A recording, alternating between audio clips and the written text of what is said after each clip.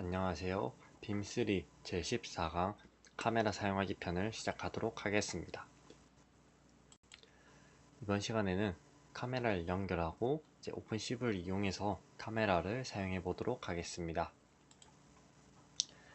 윈도우 10과 비트바이즈 SSH에서 진행되었으며 준비물은 빔3 보드, 전원 어댑터, 그리고 카메라가 필요합니다. 이번 시간에는 USB형 카메라의 일종인 마이크로소프트의 HD-3000 모델을 사용하였습니다. 일단 시작하기 전에 USB 형식이므로 USB 포트 중에서 카메라를 연결한 뒤 그냥 일반 바로 사용해 주었습니다. CSI 포트로도 연결해서 사용할 수 있는데 호환되는 카메라가 있으시면 CSI 포트로도 사용하셔도 괜찮습니다. 일단 기본적으로 카메라 연결을 확인해 보도록 하겠습니다. v4l2라는 이제 커맨드 라인 명령어가 있는데요. 이 커맨드는 우리가 보통 카메라라고 하면은 이미지가 떠오르게 됩니다. 그런 이미지들을 처리하기 위해서 화면, GUI로 된 화면이 필요한데요. 커맨드 라인 쪽에는 그런 GUI 화면을 가지고 있지 않습니다. 그래서 그 화면을 해당 직접 연결이 아니라 커맨드 라인에서 뭔가 제어를 하기 위해서 혹은 확인하기 위해서 이렇게 명령어를 사용하는 것이고요. 먼저 sudo apt-get install v4l-utils를 이용해서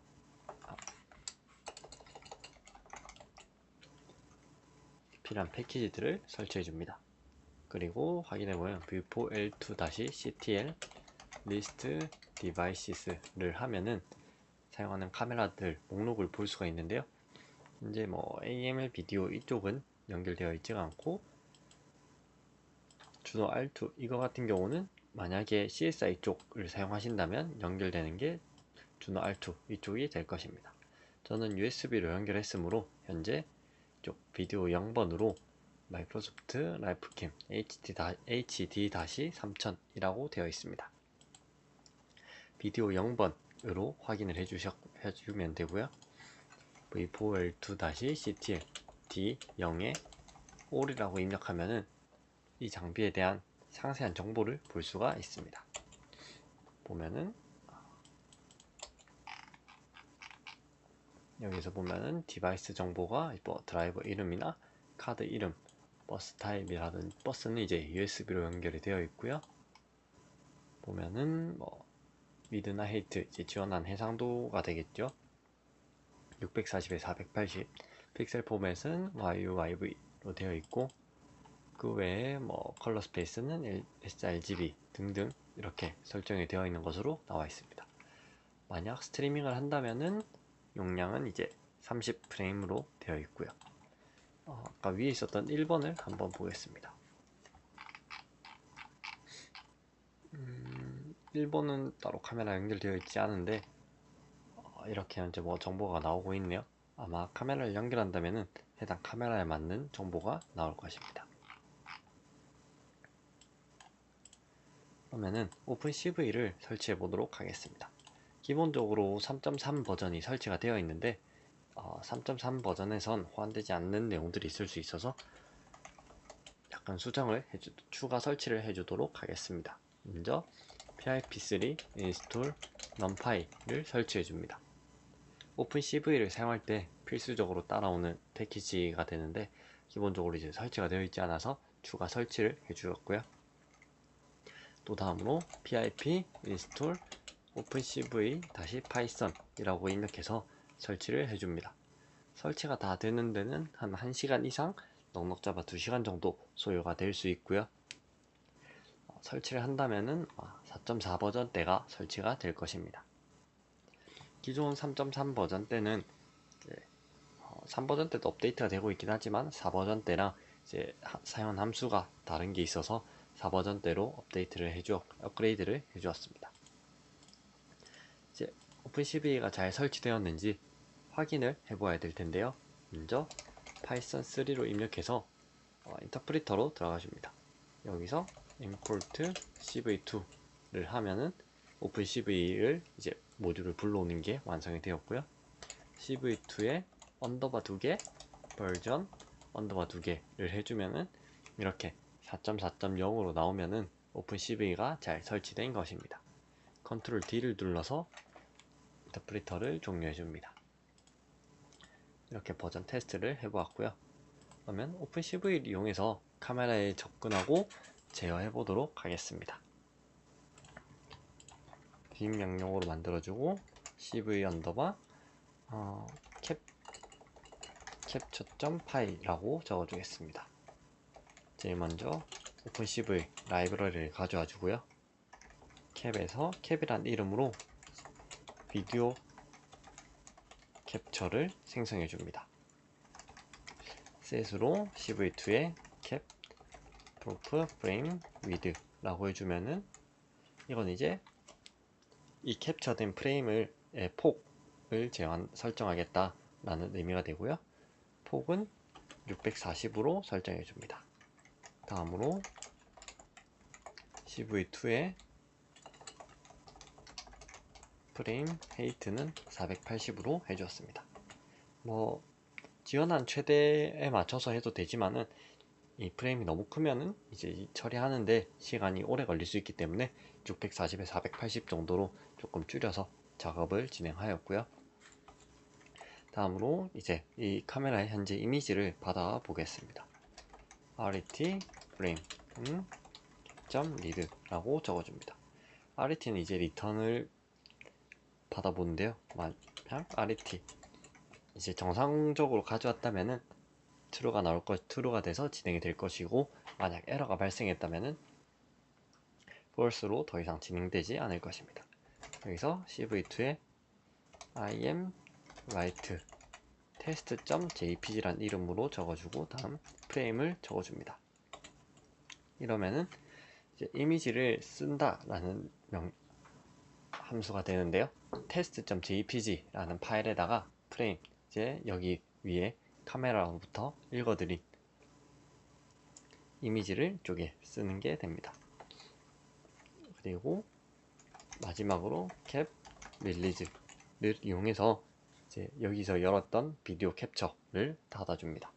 만약 이걸 닫아주지 않았을 경우에는 자동으로 이제 해줄 수도 있지만, 만약 자동으로 해주는 게 에러가 생겼을 경우에는 비디오를 계속 사용하고 있는, 그러니까 점유하고 있는 상태가 되어버려서 이미지를 이제 비디오를 사용하려면은 점유 중으로 이제 BG 명령어가 뜬다든지 에러가 발생할 수 있습니다.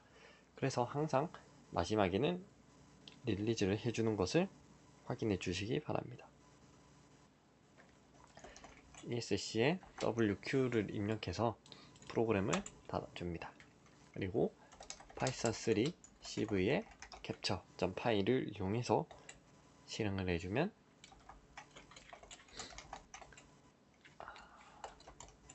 test.jpg 파일이 생성된 것을 볼 수 있고요. 비트바이즈를 사용한다면은 이를 확인하는 방법이 있습니다. 먼저 비트바이즈 설정창에서 이렇게 설정창인데 여기서 USFTP 윈도우라는 게 있습니다. 이를 클릭해 줍니다.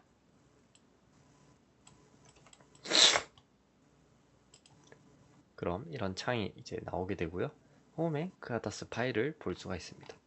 이쪽에서 보면은 test.jpg라는 게 있을 건데 더블 클릭해 보면은 이렇게 아까 캡처한 이미지 파일을 볼 수가 있습니다. 이렇게 해서 SFTP를 이용하면은 이제 커맨드 라인에서 바로 확인할 수 없지만은 이렇게 직접 가져와서 확인을 할 수 있습니다. 이미지 저장을 해보았고 저장된 이미지도 확인해 보았습니다. 다음으로 이제 해당 이미지를 변환을 해보도록 하겠습니다. 많이 사용하는 것은 흑백, 즉 그레이스케일을 많이 사용하는데요. 일반 RGB 이미지 같은 경우에는 보통 RGB 각각 8비트씩 해서 총 24비트, 한 픽셀이 24비트의 정보를 가지고 있는 게 대부분입니다. 물론 정보가 0에서 255까지가 아닌 더 넓은 범위를 가지고 있다면 이보다 더 큰 의미를 가지고 있겠지만은 보통 24비트를 많이 사용을 하고요. 근데 이를 흑백으로 변환하면은 한 픽셀이 8비트로 줄어들게 됩니다. 이러면은 물론 처리 속도 면에서 더 빠른 속도를 얻을 수 있기 때문에 변환을 해주는 것도 있는데, 더 나은 이미지 처리 능력, 이렇게 볼 수도 있고, 부분 변환의 효율성으로도 볼 수 있습니다. 예를 들어서 RGB 이미지를 변환을 한다고 했을 때 보통 많이 하는 엣지 검출 등이 있는데, 엣지 검출을 하기 위해서 이 부분이 꺾였는지 이쪽 왼쪽 오른쪽 비교를 많이 보게 됩니다. RGB라고 하면은 그 값을 전부 다 봐야 되기 때문에 시간이 오래 걸리는데, 그레이로 하면은 뭐 크게 그냥 그레이 값만 변화만 이진수 데이터만 보면 되니까 시간이 훨씬 줄어들게 됩니다. 변환하는 과정은 이제 두 가지 방식이 있는데요. 크게 평균법이랑 광도법이라고 부르는 방식이 있습니다. 영어로 하면 이제 웨이티드 메소드랑 루미노시티 메소드 두 가지로 나누는데요. 보통 웨이트 메소드라고 하면은 RGB에 대해서 전부 각각 33%씩 적용해 주는 것입니다. 그러면은 뭐 RGB 각각 다 33%가 나오는데, 그렇게 하면은 조금 어두운 이미지가 나오게 됩니다. 어두운 이미지로 나온 이유는 이제 우리가 보는 이미지가 RGB로 변하는 게 실질적으로 RGB 각각이 33%씩 기여하고 있지 않기 때문입니다. 그래서 다른 변하는 방법인 루미노시티 메소드에서는 이와 같은 공식을 제시를 해서 사용을 하고 있는데요. R에는 0.3의 가중치, G에는 0.59의 가중치, B에는 0.11의 가중치를 주어서 변환을 하는 것입니다. 예를 들어서 뭐 R이 10이고 G가 10이다 라고 하면은 전부 100이다 하면은 30, 59, 11 이런 식으로 2를 다 더한 100이라는 값이 나오겠죠. 이렇게 변환해주면은 조금 더 평균치보다는 조금 더 자연스러운 그레이스케일 값을 얻을 수 있습니다. 그러면 그레이스케일로 변환하는 것을 한번 진행해 보도록 하겠습니다.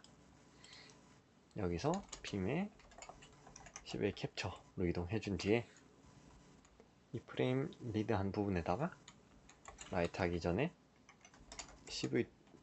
CVT 컬러를 추가해 줍니다.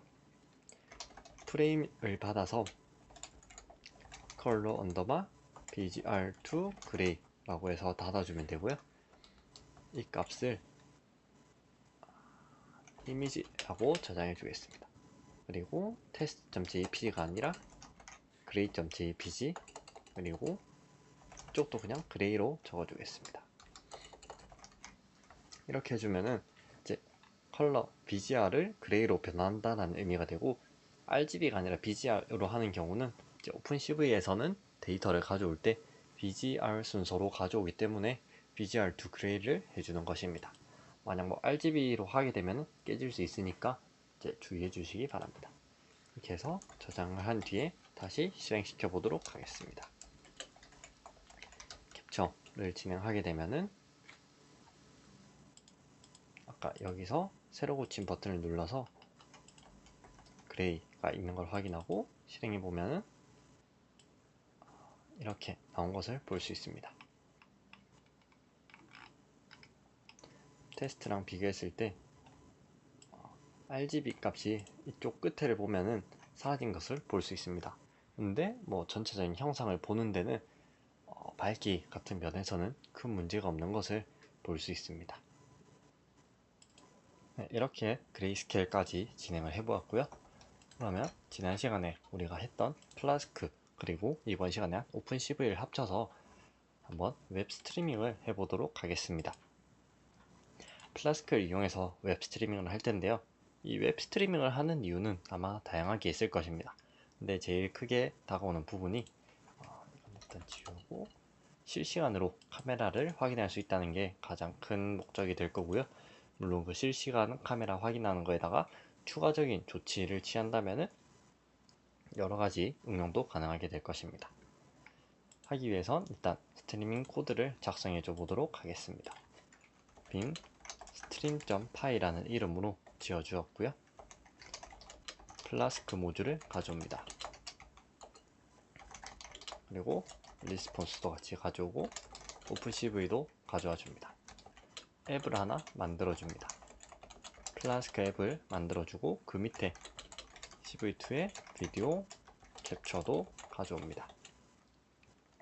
일단은 제일 기본이 되는 루트를 하나 만들어 주고 그냥 똑같이 헬로 월드로 적어 주겠습니다. 이거는 이제 혹시 모르 테스트용으로 그냥 단순하게 적어둔 것이고요. gen이라는 함수를 만들어 줄 건데요. 파라미터는 캡을 받습니다. 이제 이쪽에서 무한 반복이 진행되고 프레임은 캡에서 이제 캡은 여기 비디오 캡처, 즉 카메라와 연결되는 부분이라고 보면 되겠습니다. 이미지를 이제 현재 이미지를 가져오고 다음으로 이를 JPG로 변환해 줍니다. 이제 프레임을 JPG 형태로 인코드, 프레임은 말 그대로 캡처로부터 읽어온 이미지 그대로 데이터가 되고 JPG라는 형식으로 이제 변환, 인코딩 해주는 과정이 되겠습니다. 그리고 프레임은 JPG를 바이트로 이제 한 번 더 변환을 해주는 과정을 거치고요. 빌드로 이 함수를 제너레이터 형태로 변환을 해줍니다. 정확히는 이제 제너레이터라고 하면은 내가 현재 모든 값을 다 가지고 있지는 않지만은 이 다음에 뭐가 와야 될지는 알고 있다 라는 게 됩니다. 두 개는 매우 큰 차이가 있는데요. 내가 모든 값을 가지고 있으면 나 다음 뭐가 올지는 알 수 있을 것입니다.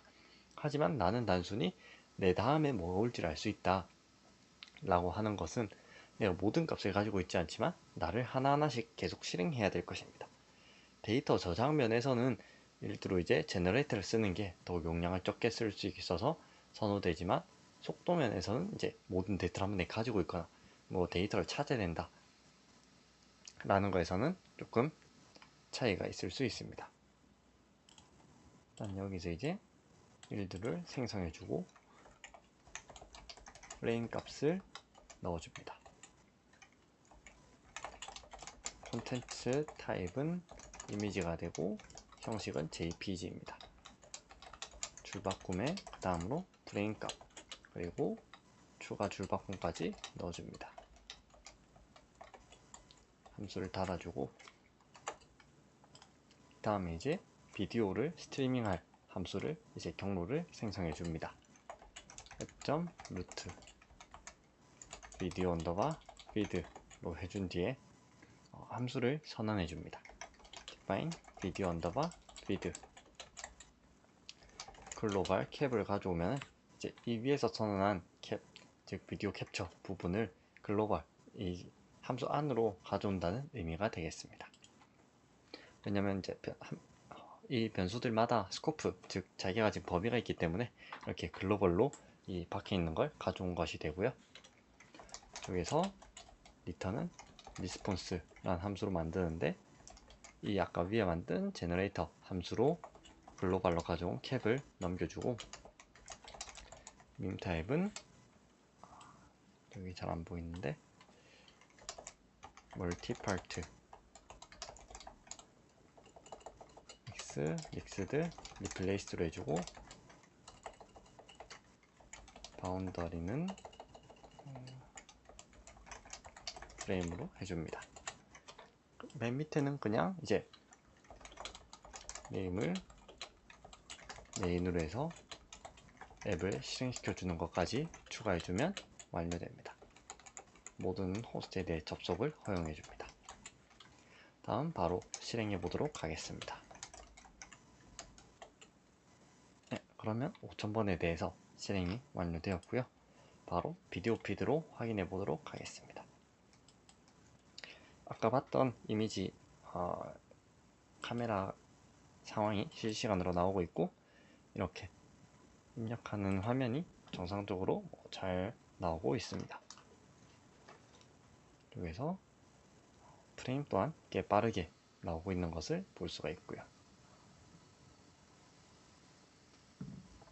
컵도 이렇게 잘 보이는 것을 확인할 수 있습니다. 이런 식으로 이제 플라스크와 오픈CV를 이용하면은 카메라 스트리밍을 간단하게 구현할 수 있습니다. 그럼 이것으로 빔3 제14강을 마치도록 하겠습니다. 감사합니다.